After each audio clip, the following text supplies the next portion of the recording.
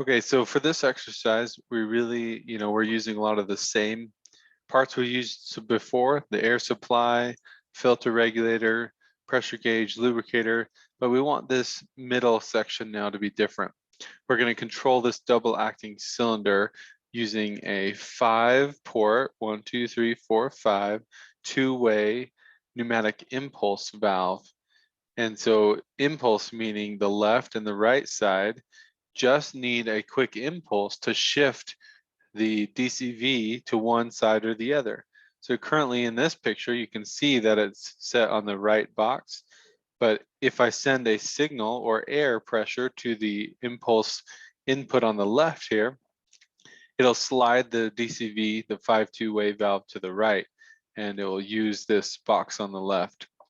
Now, when it does that, it just needs a quick impulse, and then it will stay there until you give an impulse on the other side. So you can pretend like the air is pushing on that side of the pneumatic valve. Whatever side gets air, it's pushing it away. There's pressure on that side.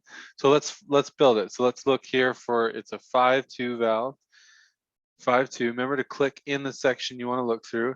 And it looks like I have a pneumatic 5-2-way valve already in my library here. So let's line it up close to where it's going to be. Okay, let's double check that the paths are the same as the diagram in the problem, and they are. So we're going to connect these two and connect those. Always remember to double check your flow control valves here to make sure that the seat of the check ball is in the right location, as it is. And remember, these guys are our variable throttle, non-return variable throttle valve. Okay, put it in there. Now let's get these momentary manually actuated push button 3-2-way valve, spring return, normally closed. 2 of them. Looks like these are just mirrored across a vertical line from each other. So those are a 3-2 valve. So let's type in 3-2. Make sure we're on pneumatics. Here's a 3-2 valve. Let's look at this guy. So what's wrong with this guy is he does not match the picture exactly. This one's normally open and we want to normally close. So let's jump in here, and I just double clicked on the component. Let's go to technical specifications, and we need to switch these boxes. So the left side needs the one that goes straight through with a plug. So let's look here, that one. Now the left side matches, and then let's double click and change the right side to that. And the right side matches. Momentary push button on the left, spring return on the right, hit the green check mark.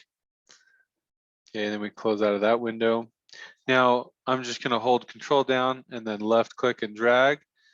And then I want to mirror this. So I go up to edit, layout, positions, and I want to mirror it around a vertical line. Now it matches the right side over here. So then we can click here, click on the pneumatic impulse part. We need to come from the source. Let's go here to there. The source, pay attention to where the source comes in. It comes on this one. Make a connection there. Then the source comes in the closed section. Remember, if you get that wrong, it won't work right. So you have to pay attention to which one has the source. Now we need some exhausting valves. So exhaust. Oh, there it is. Need one here. Need one here. 3 and 4 of them. Looks like they're all getting exhausted. Now let's run this simulation. Let's see if it works. Okay, so we have this high pressure going in to the blank side of this double acting, or the rod side of the double acting cylinder. Now I'm just going to hit this momentary push button once, and it's going to slide it to the right.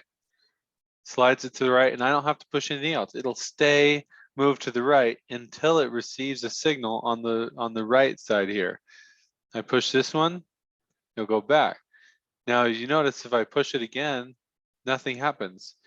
I can send an impulse up to that right side of the 5-2 wave valve, but it's already shifted over. It has memory, it retains its position until it receives it otherwise. Now, if I clicked, so I can push on the button, and this is a momentary button, so it's not going to stay. But if I want to lock it, so that as if I could walk around and push multiple buttons, I can click this while in the simulation right in the body like that.